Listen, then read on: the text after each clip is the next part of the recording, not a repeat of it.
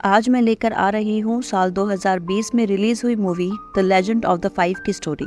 हम दो लोगों को जंगल में भागते हुए देखते हैं जो एक अज्ञात क्रिएचर से बचने की कोशिश कर रहे हैं। पता चलता है कि उनके 3 दोस्त पहले ही इस जीव का शिकार हो चुके हैं। अब दोनों इससे बचने के लिए संघर्ष कर रहे हैं। दुर्भाग्य से उनके प्रयास बेकार साबित होते हैं क्योंकि लास्ट में वे पकड़े जाते हैं और मारे जाते हैं। थोड़ी देर के बाद हम देखते हैं कि उस क्रिएचर का हाथ एक लकड़ी के डंडे को उठा रहा है जिसे लोगों ने भागने के दौरान गिरा दिया था। फिर प्रेजेंट समय का सीन दिखता है और हमारा परिचय जो नाम की एक हाई स्कूल के स्टूडेंट से होता है जो हाल ही में अपनी माँ की डेथ के बाद यूएसए से ऑस्ट्रेलिया चली गई है। वह इस समय अपने फादर के लिए खाना तैयार कर रही है। उसे शिकागो से अपने दोस्त से वीडियो कॉल आती है जिसके कारण वह अनजाने में खाना जला देती है। अगले दिन जो और उसके क्लासमेट्स नेशनल म्यूजियम के स्कूल ट्रिप की तैयारी करते हैं। स्कूल बस में जो ओवन क्लार्क नाम के एक क्लासमेट के बगल में बैठती है जो एक नौसिखिया है। उसके पीछे जेवियर टॉरेस नाम का क्लास का हैंडसम लड़का और उसकी गर्लफ्रेंड कैटलिन फिशर है। काइली लियो नाम की एक लड़की भी है जो थोड़ी अलग है और ज्यादा मेलजोल नहीं रखती। म्यूजियम पहुंचने पर उनका स्वागत म्यूजियम मैनेजर डॉक्टर रॉसन द्वारा किया जाता है जो उनकी गाइड भी है। जैसे ही वे लोग वहां घूमते हैं जो ग्रुप से दूर चली जाती है और एक रिस्ट्रिक्टेड एरिया में एंटर करती है जहां काइली पहले से ही रेस्ट कर रही है। जल्द ही ओवेन भी वहां आ जाता है और उसके बाद जेवियर और कैटलिन आते हैं और प्यार भरी बातें करने लगते हैं जिससे काइली परेशान हो जाती है और वह उन्हें चुप रहने के लिए कहती है। इससे दोनों लड़कियों के बीच छोटी सी बहस शुरू हो जाती है। नोकझोंक करते समय स्टार्टिंग सीन वाला वही लकड़ी का डंडा अपने आप जमीन पर गिर जाता है। जो इसे उठाती है और लकड़ी रहस्यमय तरीके से चमकने लगती है जिससे उन सभी के फेस पर अलग अलग साइंस दिखने लगते हैं। जल्द ही डॉक्टर रॉसन उनको पकड़ लेती है और उन्हें अपने ऑफिस में ले जाती है। जो ने स्टिक की विशेषता के बारे में पूछा जिस पर डॉक्टर रॉसन बताती हैं कि यह एक प्राचीन प्रतीक है। इसे वैज्ञानिकों ने सदियों पहले खोजा था। हालांकि इससे पहले कि वे स्टिक के बारे में और कुछ बता पाते वो वैज्ञानिक रहस्यमय तरीके से गायब हो गई। इसके अलावा डॉक्टर रॉसन ने एक और खोज का खुलासा किया, स्टिक के समान नकाशी वाला एक क्यूब। ग्रुप के सदस्य एक के बाद एक क्यूब को छूने के लिए आगे बढ़ते हैं जो अब लाल रोशनी में चमकता है। जो शुरू से झिझकती है लेकिन वह उसमें से अपनी डेड मदर की आवाज सुनती है तो वह क्यूब को टच कर लेती है।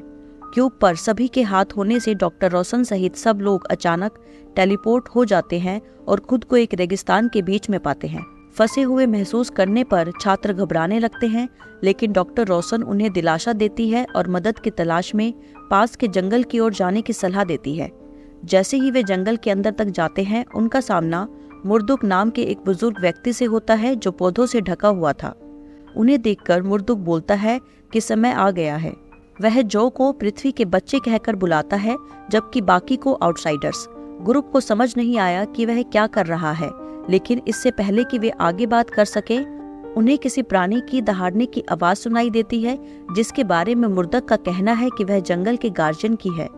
यह महसूस करते हुए कि गार्जियन करीब आ रहा है ग्रुप भागने लगता है और सबसे पहले डॉक्टर रॉसन को क्रिएचर द्वारा मारा जाता है जिससे वह जमीन पर गिर जाती है। फिर गार्जियन अपना ध्यान बाकी स्टूडेंट्स की ओर करता है। एक पॉइंट पर जो एक पेड़ के पास फंस जाती है लेकिन इससे पहले कि जीव उसे पकड़ पाता वह पेड़ के अंदर चली जाती है। थोड़ी देर बाद डॉक्टर रॉसन जागती है और देखती है कि कुछ बौने उसके साथ खेल रहे हैं। वह गुस्से में उन्हें बच्चों का पता लगाने को कहती है जिस पर वे सहमत हो जाते हैं। यहाँ यह पता चलता है कि डॉक्टर रॉसन एक जादूगरनी है जो लकड़ी के स्टिक के सिर का पता लगाने में मदद करने के लिए जानबूझकर बच्चों को इस जगह पर लाई है। इस बीच जो एक सुंदर बगीचे में जागती है और मुर्दक को अपने सामने पाती है। वह अपनी कलाई पर एक अनोखा सिंबल भी देखती है जिसे मुर्दक पृथ्वी का सिंबल कहता है। जो को कंफ्यूज्ड देखकर वह यह स्पष्ट करने के लिए आगे बढ़ता है कि उसके पास उसकी तरह ही नेचर की पावर्स हैं। इसका मतलब है कि वह प्रकृति में हेरफेर कर सकती है और दूसरों को हील कर सकती है। फिर मुर्दक एक बहुत पुरानी कहानी सुनाना शुरू करता है। वह बताता है कि कैसे एक जादूगरनी ने एक बार ट्री ऑफ नॉलेज के गार्जियन के रूप में काम किया था लेकिन उसके कबीले को विनाशकारी प्लेग ने घेर लिया। अपने लोगों को बचाने के लिए जादूगरनी ने अपनी शक्तियों का इस्तेमाल किया लेकिन ऐसा करने में वह करप्ट हो गई। उसकी नई शक्तियों से पागल होकर मुर्दक और 3 अन्य तत्ववादियों ने उसे ट्री ऑफ नॉलेज से निष्कासित कर दिया।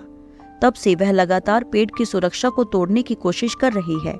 यह सब कहने के बाद बूढ़े व्यक्ति ने जो से आग्रह किया कि जादूगरनी के पहुंचने से पहले वह स्टिक के हेड का पता लगा ले।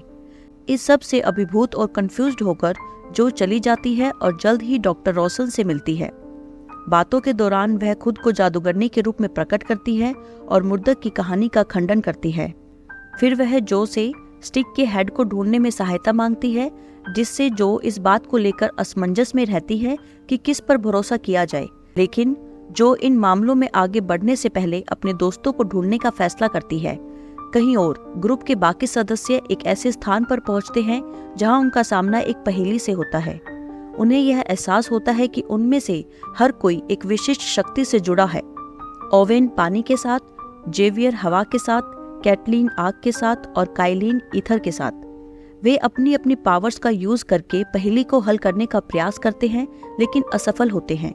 इसके तुरंत बाद जो समूह में फिर से शामिल हो जाती है और समझाती है कि पहेली को केवल तभी सुलझाया जा सकता है जब सभी मौलिक शक्तियां एकजुट हो जाएं।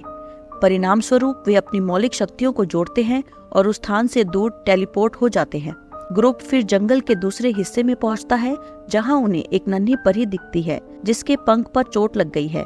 मुर्दक की बातों को याद करते हुए जो परी को ठीक करने के लिए अपनी शक्ति का यूज करती है, जिससे वह एक बार फिर उड़ने में सक्षम हो जाती है। इसके बाद वह ग्रुप को स्टिक का हेड और ट्री ऑफ नॉलेज का पता लगाने के महत्व पर जोर देते हुए सब कुछ समझाने लगती है, क्योंकि वह दुनिया को बचाने और उनकी घर वापसी का एकमात्र तरीका है। उसकी बातों से आश्वस्त होकर ग्रुप उसी की तलाश में जंगल में गहराई तक जाता है। कुछ देर चलने के बाद उनकी मुलाकात एक मानव जैसे दिखने वाले क्रिएचर से होती है, जो अपना परिचय चौराहे के रक्षक के रूप में देता है। उसने बताया कि वे उनकी मंजूरी के बिना आगे नहीं बढ़ सकते। जब ओवेन उसकी चेतावनी को नजरअंदाज करता है और एक कदम आगे बढ़ाता है, तो कीपर उसे वहां जमा देता है और उसे गायब कर देता है। जेवियर भी वैसा ही करता है और ओवेन की तरह ही उसका भी हश्र होता है। यह देखकर जो कीपर से उसके दोस्तों को वापस लाने की विनती करती है, लेकिन वह बदले में उन्हें कुछ देने के लिए कहता है। कैटलीन और काइलिन उसे कुछ पैसे की पेशकश करते हैं, जो उसे खुश करने में विफल रहता है, जिसके परिणाम स्वरूप उन्हें भी गायब कर दिया जाता है।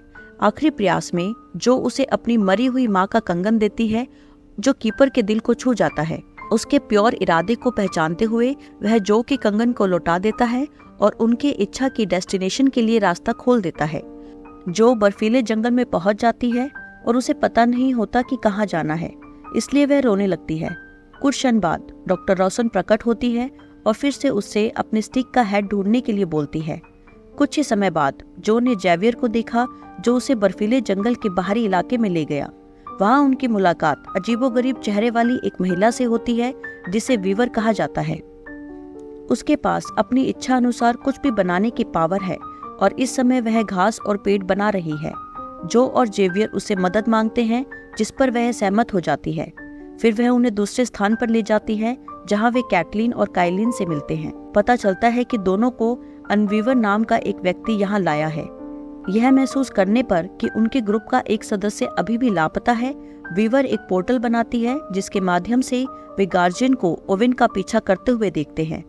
जो तेजी से ओवेन को पोर्टल से खींचती है और वीवर गार्जियन को आने से रोकने के लिए समय पर पोर्टल को बंद कर देती है। उसी शाम ग्रुप ने कैंप फायर जलाई और अपने अगले कदम पर चर्चा की। जो अभी भी इस बात को छिपाती है कि डॉक्टर रॉसन एक जादूगरनी है। उनकी बातचीत के बीच में उन्होंने कुछ बोनों को उन्हें लेने के लिए आते हुए सुना। इसके कारण वे जल्दी से भागते हैं और एक ऐसे स्थान पर पहुंचते हैं जहां वे सभी धीरे धीरे जमीन में समा जाते हैं। फिर वे खुद को एक अंधेरे एरिया में पाते हैं, जहां उनका सामना अपने डुप्लीकेट से होता है। वे डुप्लीकेट उनके आंतरिक अपराध या डर को दिखाते हैं, जो उन्हें अपने साथ शामिल होने के लिए मनाने की कोशिश करते हैं। दुर्भाग्य से जो अपने डर और अपराध बोध से अभिभूत हो जाती है, जिससे वह अपने डुप्लीकेट के आगे झुक जाती है। कैटलीन का प्रतिबिंब भी उसके अपराध और भय को यूज करके उसे पोर्टल में खींचने का प्रयास करता है। हालांकि कैटलीन इसके नकारात्मक प्रभाव को समझती है और अपनी फायर पावर का उपयोग करके अपने डुप्लीकेट को नष्ट कर देती है। फिर वह उसी तरीके से अपने फ्रेंड्स को बचाती है और यहाँ तक कि जो को उस दुनिया से बाहर निकालने के लिए उसके पोर्टल में भी एंटर करती है। दूसरे चरण को सफलतापूर्वक पार करने के बाद ग्रुप एक समुद्र तट पर पहुंचता है जहां उन्हें एक ताबूत मिलता है। हर कोई मानता है कि स्टिक इसके अंदर है, लेकिन उन्हें निराशा हुई क्योंकि ताबूत खाली है। तभी डॉक्टर रोशन एक म्यूजियम मैनेजर से बिल्कुल अलग रूप में नजर आती है। यही वह समय है जब जो जादूगरनी के रूप में उसकी पहचान का खुलासा करती है। वह इस बात को छिपाने के लिए अपने दोस्तों से माफी मांगती है और बोलती है कि उसे नहीं पता था कि किस पर भरोसा किया जाए। इस बीच डॉक्टर रोशन बताती है कि वह वर्षों से बच्चों के कई ग्रुप्स को ला रही है। आशा है कि वे उन बाधाओं को दूर कर पाएंगे जिन्होंने उसे ट्री ऑफ नॉलेज से दूर रखा है। वह अपनी शक्ति पुनः प्राप्त करने और ट्री ऑफ नॉलेज तक पहुंचने के लिए उनके जीवन में हेरफेर करने और जानबूझकर उन सभी को ऑस्ट्रेलिया में लाने की बात स्वीकार करती है। वह फिर ग्रुप को धमकी देती है और उनसे सहयोग की मांग करती है, अन्यथा वह उन्हें मार डालेगी। यह सब सुनकर क्रोधित काइली एक पोर्टल खोलती है और गार्जियन को जादूगरनी का सामना करने के लिए बुलाती है। गार्जियन आता है और डॉक्टर रोशन के साथ एक भयंकर युद्ध करता है, जिससे ग्रुप को उसी पोर्टल के माध्यम से भागने का अवसर मिलता है। लेकिन इसके तुरंत बाद गार्जियन को भी पोर्टल से वापस जाने के लिए मजबूर किया जाता है, जो कुछ देर तक इसे देखती रहती है और उसे एहसास होता है कि वह वास्तव में पृथ्वी का बच्चा है। इसका मतलब है कि द गार्जियन अच्छे लोगों में से एक है, जो ग्रुप को किसी भी नुकसान से बचाने के लिए और उसे शांत करने के लिए अपनी पावर का यूज करती है। तभी वह आश्चर्यजनक रूप से देखती है कि स्टिक का हेड गार्जियन के पेट में फंसा हुआ है। फिर वह धीरे धीरे से उसे बाहर निकालती है, लेकिन जैसे ही वह ऐसा करती है, जो और गार्जियन दोनों जमीन पर गिर जाते हैं। इसके बाद रोशन फिर से प्रकट होती है और स्टिक के हेड की मांग करती है। जब उन्होंने मना कर दिया तो उसने ओवेन और कैटलीन को बेरहमी से बिजली का झटका दिया।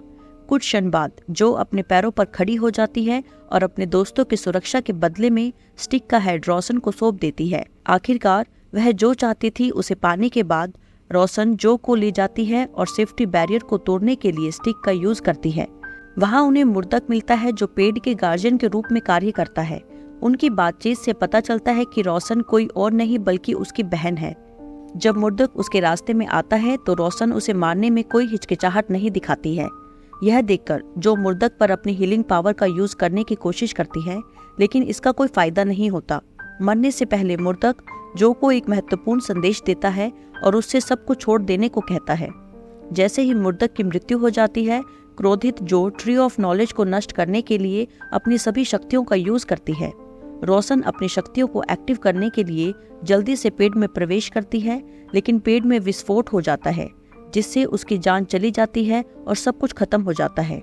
इन घटनाओं के बाद ग्रुप के सभी सदस्य एक नया पेड़ उगाने के लिए अपनी शक्तियों को जोड़ते हैं। कुछ ही समय बाद काइलीन को वही क्यूब मिलता है जिसे वे अपनी दुनिया में जाने के लिए छूते हैं।